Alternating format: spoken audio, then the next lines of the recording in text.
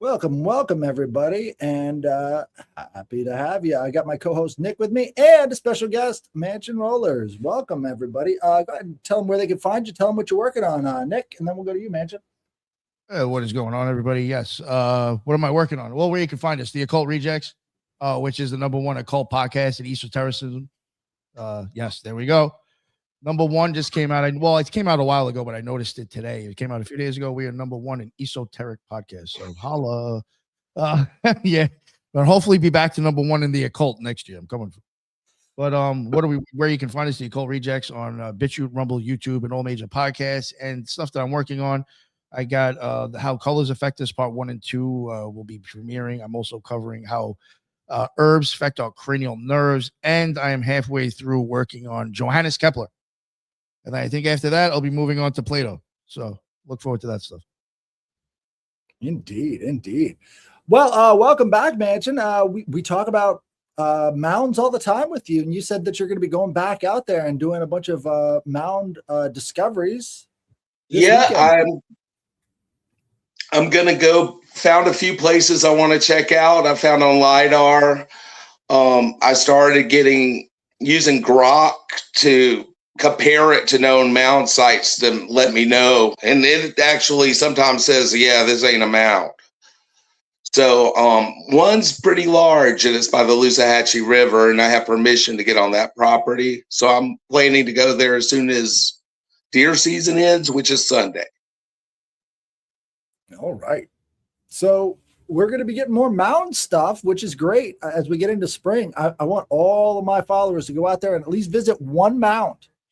Have a transformative experience. Go out there and just have a picnic. Do something, have fun outside. Go to a mound, see if anything happens.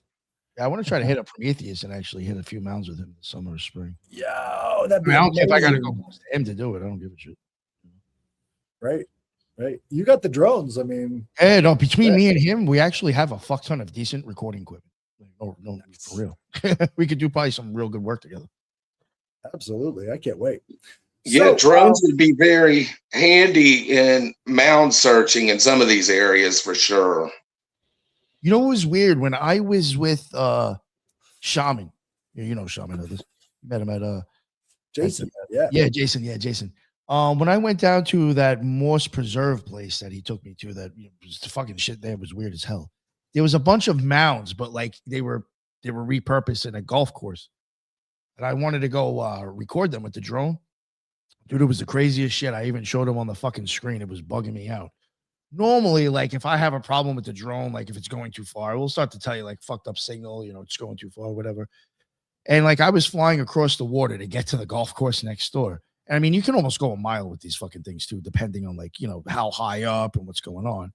And it really wasn't that far. As soon as I got close to the golf course, all of a sudden it would just stop.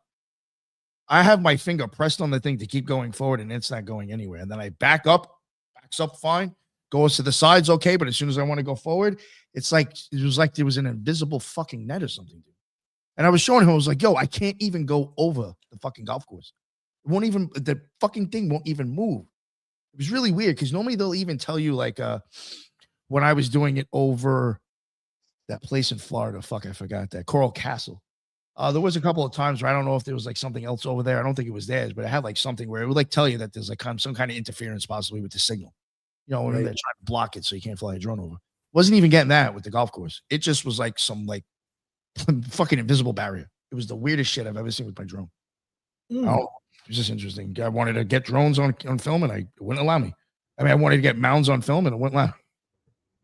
Right. So geofencing is the act of taking your property on the GPS filters that they use and all of these different drones and everything else, and then making that a program so that people who enter or exit, their cell phones get tracked and all the rest of that stuff. So basically you're writing programs on the GPS overlay so that people can't do certain things in those areas if they're hooked up to the internet, which is kind of scary because what they had was after October 7th is they started geofencing all of these evangelical churches and sending targeted ads specifically to people who are coming out of church or going into church with pro-Israel ads on Facebook and Twitter and everything else. So they're using this stuff with advertising right now. So it wouldn't be too hard for them to expand into manipulating drones and all the rest of that stuff.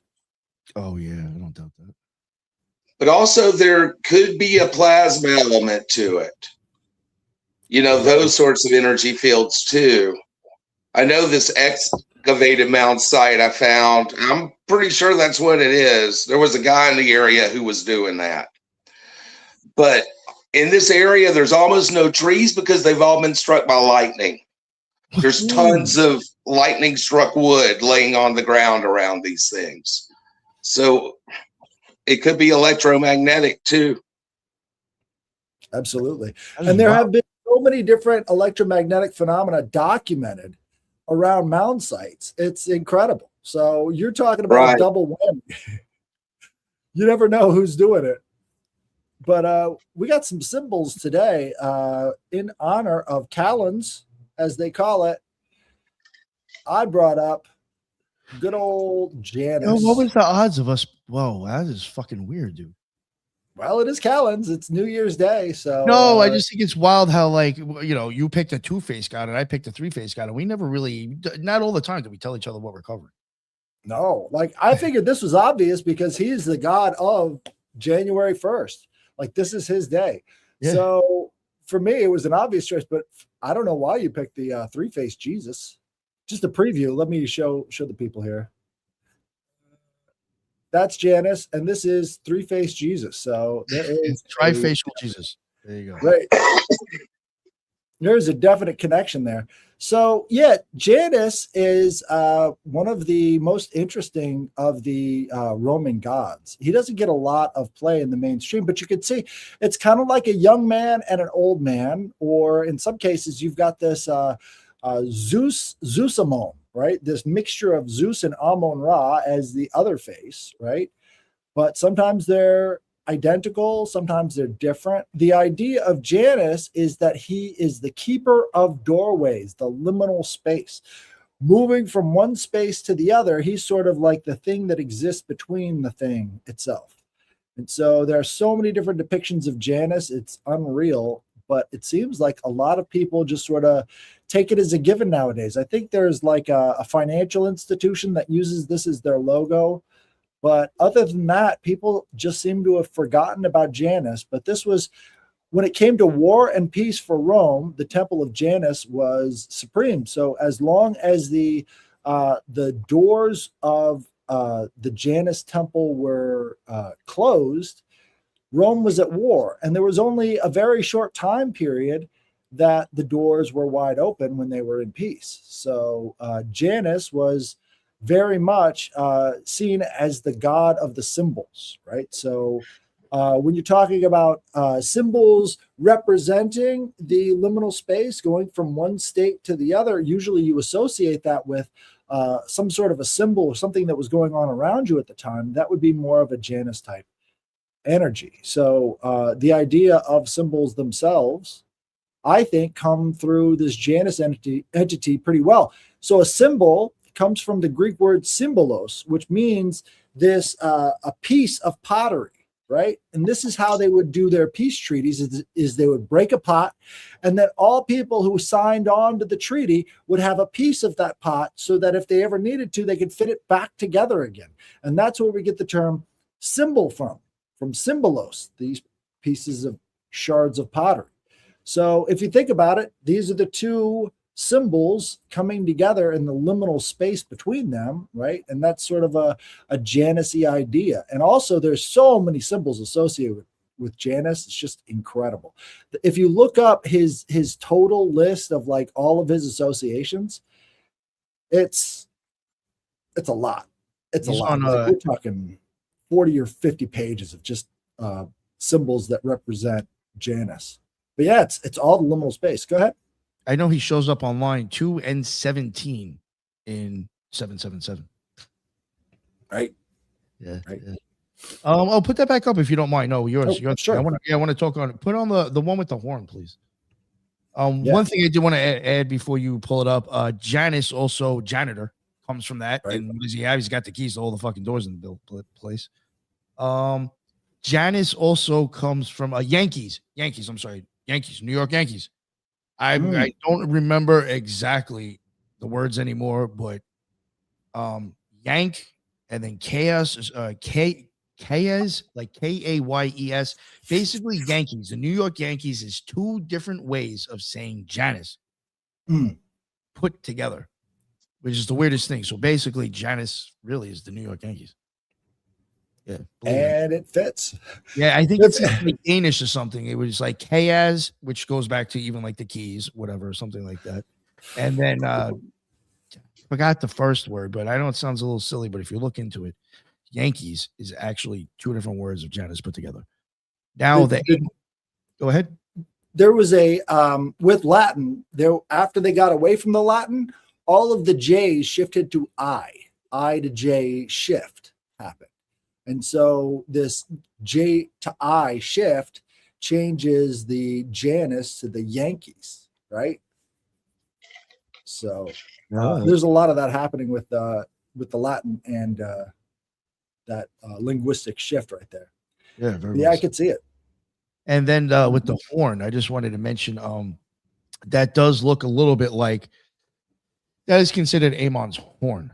Now, you also call the hippocampus is also called the Amon's horn as well. And it would kind of be around in that area of the brain, like a little bit more down, kind of shaped a little bit like that. And one thing I do want to mention about Amon's horn, this is just a guess. I besides other reasons, I do think that when people throw that up, they are representing fire, plenty of other things. But I do question when they put it up around here, the front of the head, the Amon's horn, instead of like every other cellular structure in your body that's hexagon, that one's triangular.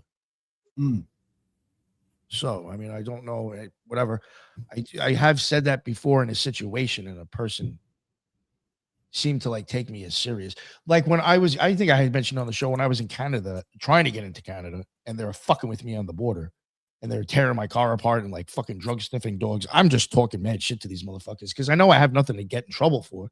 So if you're going to waste my time, I'm going to make it fucking really annoying for you. Indeed. You know, and at one point I was actually getting frustrated. I was like, yo, is there any, I was like, yo, you got a fucking Freemason or somebody in here that I can throw up some fucking hand sign to say some dumb shit to get me the fuck out of here. And then I started going on about the triangle symbol, the fucking scratch on the side. And like some guy, one of the guys with the dog, he was like, he just came over to me. And like he almost finished my sentence when I was talking about the triangular thing. And he says, I'll get you. He's like, I'll get you out of here in a few minutes. And no lie, a few minutes later, they took me the fuck out of it. But once I started running my mouth and saying like crazy shit about the hand signs, and I started to go into this one, and I started to get into the triangular thing, the guy fucking came over to me. He's like, "Oh, we'll get you out of here." I was like, "Yo, that's right." Like, what the fuck? Yo, and the thing is that I'm keeping a real personal story. I was in the middle of a divorce at the time. So like I even had tons of shit in my fucking car that I was like, I'm not even taking this all out just to go try to see if I could go over the border, to go into Canada, to go to the fucking outlets to get some socks and underwear. Like I was literally just saying, I want to say I went to Canada because I was in Detroit. You know, right. I've never been there before. No idea that my felony wasn't old enough to where it'd be a problem. And that was the issue why my car was, being harassed. But fuck, where was I going with this? Shit. I don't know. But yeah, you could see the horn perfectly sort of shaped in that kind of counterclockwise rotation around the ear, sort of, right? So the eyes would be out front here. Let me see. Right here, this is where the eyes are. And so this would be sort of like a horn coming that way. If we go back to this other Janus one. Oh, no, this is going the opposite direction. Yeah, but it's interesting. It does have a similarity. Yeah. Oh, what I was saying, I had so much shit in my car that I even had my OTO paperwork in there. And like when I went in my car, like that shit wasn't in, like it was visibly actually out on my back seat. So I was like, some of these motherfuckers had to have looked at this and realized I was in something. Like, right. Yeah. They're probably like, oh, this is really weird. Right. There is something to it. I know this is Mason in distress. So if you go like this, sort of like the Chi ball from Qigong, that's the Mason in distress hand signal. But it would help if you bought like a Freemasonic ring from like an estate sale. Yo, that's a lot of commitment to try and get out of tickets. Yo, you know what? You'd be surprised, dude. And I noticed this when me and this a long time ago. And me and Lux were covering like the Jesters and the Shriners and Quetzalcoatl. If you go on eBay, you'd be surprised how much like shit, and you'd be like, wait, someone's selling their pin, someone's selling their ring, someone's selling like their lodge like fucking pin. So, or even things that goes on the cars, dude. You can buy, there's somebody on Instagram that I was following because they were always doing hashtag Quetzalcoatl. And me and Lux were like trying to follow anybody who was like promoting Quetzalcoatl shit when we were covering Q, just to see if we could see any connections with anything. And I came across an account that was like basically selling like any Freemasonry order or inner orders, like fucking logo, like a pin. And I was like, so I don't even have to be in this shit. I just have to hit this guy up on Instagram and fucking buy one. There you go. Like they were probably not real, they're probably remaking. But what difference does it make if you fool somebody? It's worked, right? And a lot of that stuff, like it's so marked up because they know how valuable it is to get people's hands on. So you got to go to the estate sales themselves and not the pawn shops or the used places, because they're going to jack up the prices immensely. They know how much it's worth, but the people selling them at estate sales, they have absolutely no idea how much this stuff is worth. So they sell it for like $10, little insignias and stuff. Actually, I'm going to go with the Stu of Matt's idea. Next time I try to go over the border, I'm just going to wear a Jedi robe and makeup. I'm going to dress up as Darth Maul and see if I can get over the border. There you go. Yeah, just talk about droid you're looking for. Talk about hockey poutine and say I'm sorry 200 million fucking times. And they'll be like, all right, you belong here. They'll do it. All right. So let's talk about Tri-Face Jesus. I don't know much about this. Right, my bad. Yeah, I was sitting here taking a drink and totally forgot it was my turn to go. All right, my notes. Here we are. Okay. The trifacial trinity, also called the three-face trinity, is a Western Christian image type that depicts the Holy Trinity as a single head with three faces. Usually one face forward with two profiles sharing the same skull, like you can see here. It's related to, though distinct from, the tricephalous trinity, one body with three heads. Both were attempted to solve a brutal problem for artists: how to picture one God in three persons without sliding into heresy.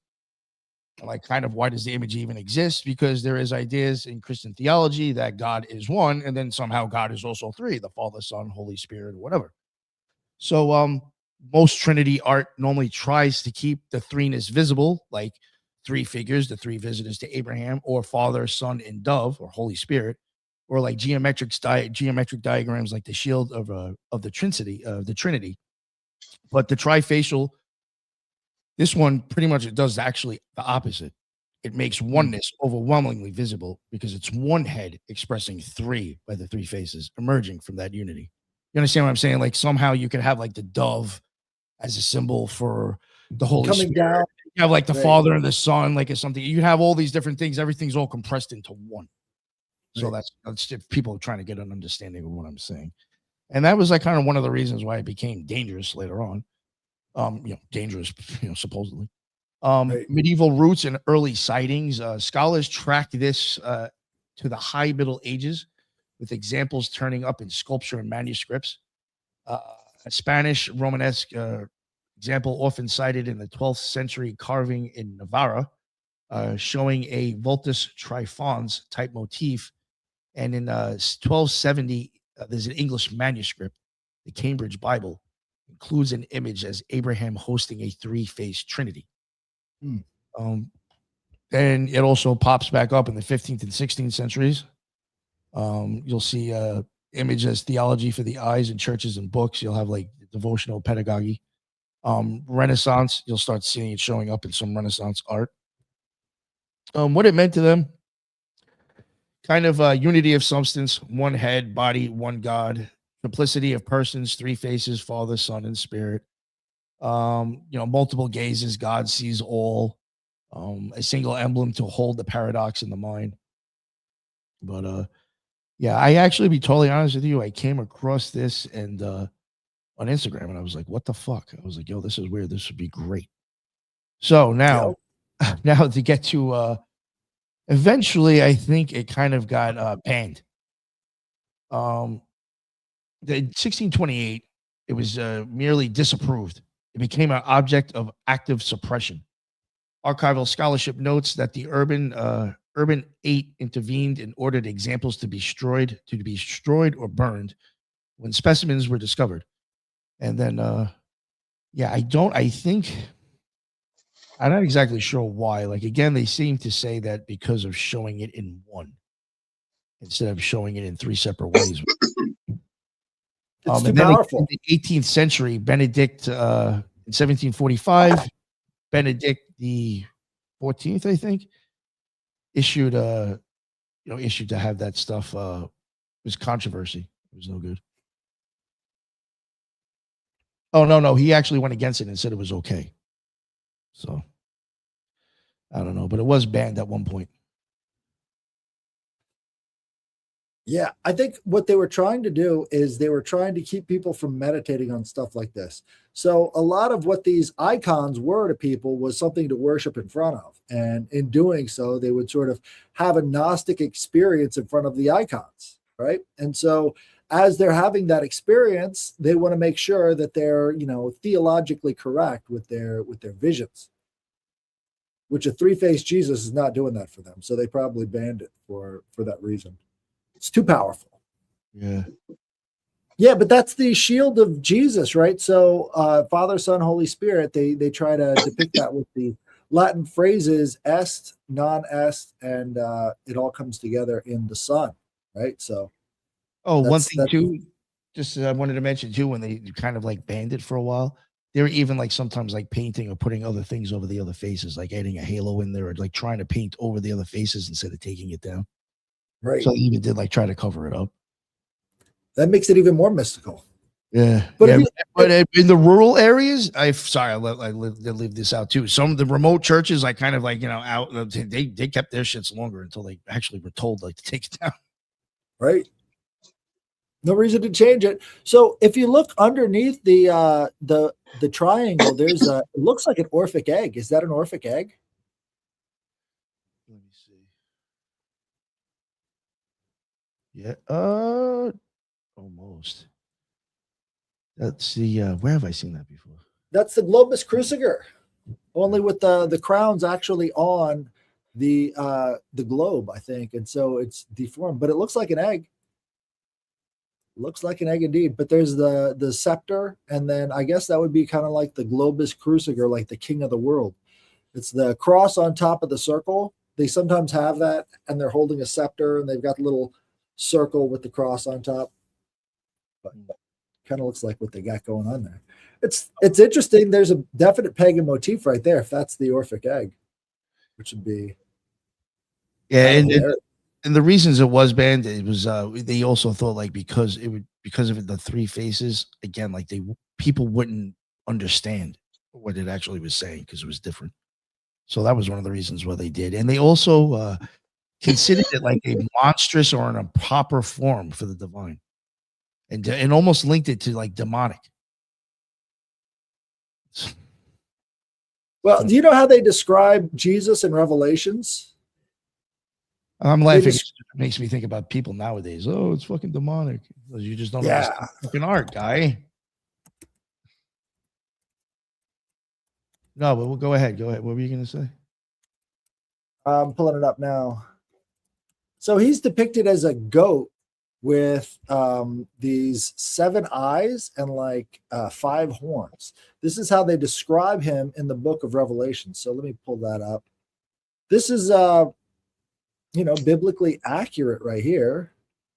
I don't know why they would be freaked out by the Jesus with the 3 heads when this is what is described as Jesus in the book of Revelation. So damn, I don't know. This one seems a little bit more creepy.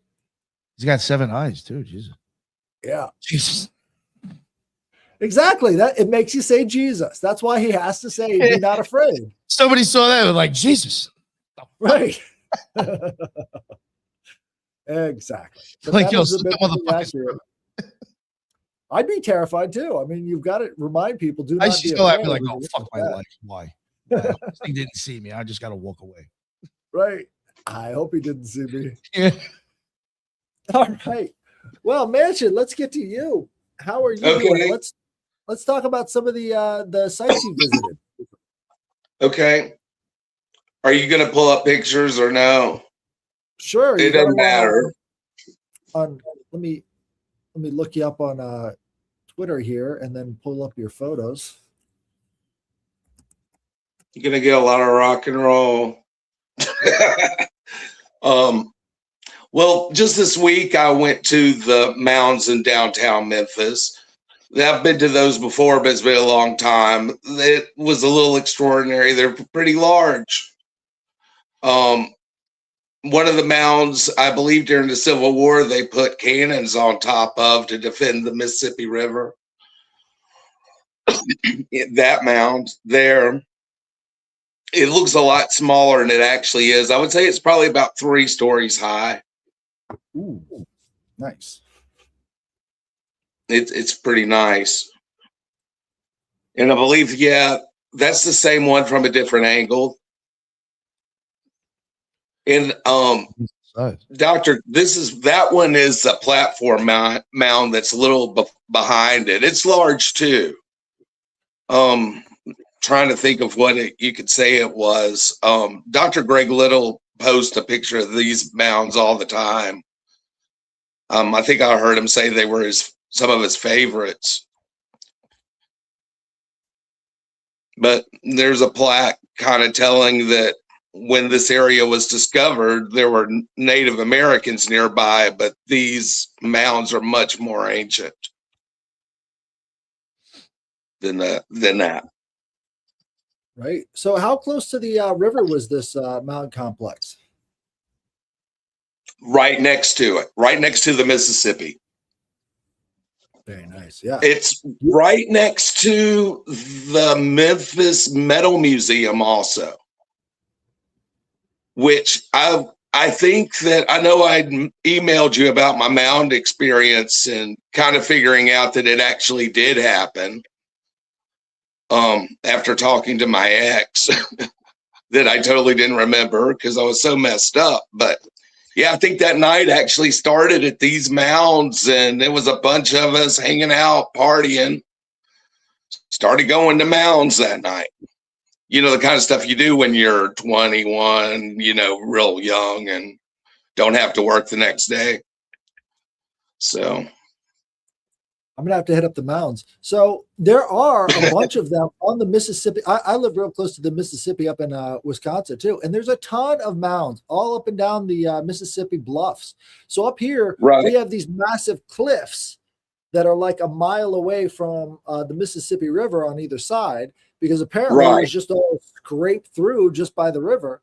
Well, on top of those cliffs, that's where you have the mounds that are built. So they actually build theirs like right up on top of the cliffs overlooking the Mississippi. I'll have to get some footage here in a couple of days. Right. There's a mound that's a little further south of here too called Chucalissa Indian Village, but it's got a pretty large mound. It's strange. They've concreted around it. Evidently they've excavated and stuff, and Dr. Greg Little talks a lot about that whole experience. That's when he had one of the chiefs come down and stay with him, you know, in protest about that.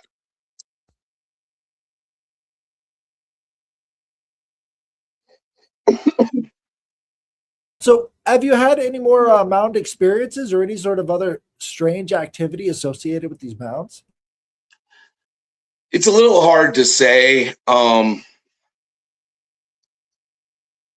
I haven't really been noticing a lot of paranormal type of stuff, and think I may have been under some spiritual attack lately, but I don't know for sure if that's mound related or not.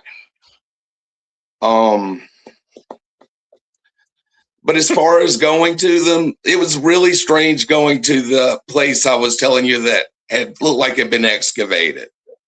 I mean, there was a very strange energy in this place.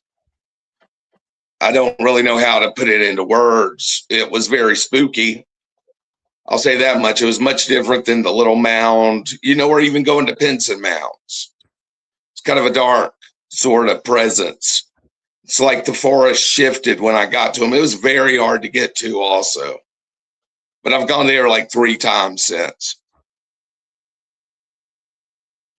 So, do you think that maybe some of these mounds could have been constructed to sort of seal away a kind of ancient spirit or some other sort of entity? Because I mean, that's a possibility too. I've seen that proposed. I think it's possible these excavated mounds I found. I sent you a picture of it, but it's like mounds that are kind of lined up and sort of, yeah, you can see that sort of direction. And Greg Little talks about their ceremonies they had for sending their dead to the Milky Way. Well, on the solstice, I was outside. Excuse me one second. Had a bit of a cold. But yeah, it totally looks like from where those mounds were, it could line up for them to shoot the spirit to the center of the Milky Way galaxy. Right. I mean, I was like, oh, I mean, I don't know exact because I wasn't walking back there at night. You know, I'm not that brave, not by myself. I mean, you've got the cryptid hunters on and stuff. I'm not surprised if some of that stuff's around here. I've seen a really strange looking dog recently that killed cats. Most disgusting thing I've ever seen in my life. Really? That sounds like a portent. It's like a red dog. He's like missing the side of his skin over his teeth. Weird. What? That's interesting. So is this a common occurrence? Mom might have them on Ring doorbell camera too. So I'm creepy looking. Yo, you got to get that footage, bro. Yeah, I got. Yeah, I didn't even think of that. I mean, I remember seeing it. You kind of see him from behind, but I went out there one day and caught him, and I was like, "Shoot, that thing looks demonic." Sorry to throw that word, but kind of did. No, it makes sense. But yeah, that's a lot of what goes on really haunted pieces of land. It could be this reverberation all throughout history. So I know that the mounds in Georgia associated with the Federal Reserve, those were actually sacrificial mounds. They specifically chose the sacrificial mound to build on top of. And that was where they signed the Federal Reserve Act, which is right. What else do you call it? Demonic. It wouldn't surprise me, and it wouldn't surprise me if there was a curse because they were, dug up too. That sort of thing. It's not very far. I actually measured it on Google Earth to see how far I walked. It's 2 miles, like round trip from where I'm at. So about a mile. Right next to I-40 too. Kind of crazy. It's in one of those little spots that no one ever goes. You often find those mounds and stuff in places that are just sort of like right in the middle of everything, but you can't see them from the road. Like usually they're covered up by trees and whatnot, but they're right there, It's kind of obvious. It's one of those spots the farmers can't really use because there's huge creeks up here too that are connected to the Loosahachie. So, there you go with more of that sort of thing because the natives and probably the mound builders too use the rivers. And I even have a theory that maybe the mound builders in their huge piles of dirt, that they were actually somewhat, what would you call it, geoengineering to make floodplains. Right. Kind of like they did in Egypt for flooding the Nile. Very much. Yeah, they had the cataracts all the way down the Nile. Absolutely. I think there's so many different possibilities. It's, especially with the Mississippi being like the mirror image of the Nile River in Africa. It's like one's moving north to south and the other one's moving south to north. It's crazy the similarities between the two. And, that's where all the mounds are. That's where the pyramids are. You've got a massive mound complex down in Louisiana that looks like pyramids. So, Illinois. Crossover. Right, Cahokia. big time. Yeah, all up and down it. I've even learned there's a bunch in Arkansas across the river. I was like looking for mounds nearby, like, let's take a mound trip because I'm totally down for that, you know. Not like huge all across the country at this time, but a couple-day trip might be fun. Why not? I mean, doesn't really take that long. You get started really early in the morning. You can get out there and get all kinds of footage and then be back by nightfall. Yeah. Go to Missouri. Headless with full-blown Joseph Smith. Yeah. Yeah, I was trying to understand that. I was like, I don't get that. No, Joseph Smith was obsessed with the mounds. Oh, yeah, that's true. Yeah, all right. But I thought, like, I think of Joseph Smith as a fucking scam artist. So, like, that's how I was like, what did Headless do? Little one, little of the other. I don't mind. Yeah. But yeah, this is a great episode. Thank you for joining us, Mansion. Thank you, Nick. We will see you guys again next time. Thank you. And definitely share the show. We're going to have more mound stuff all in 2026. So check us out. All right, guys, later.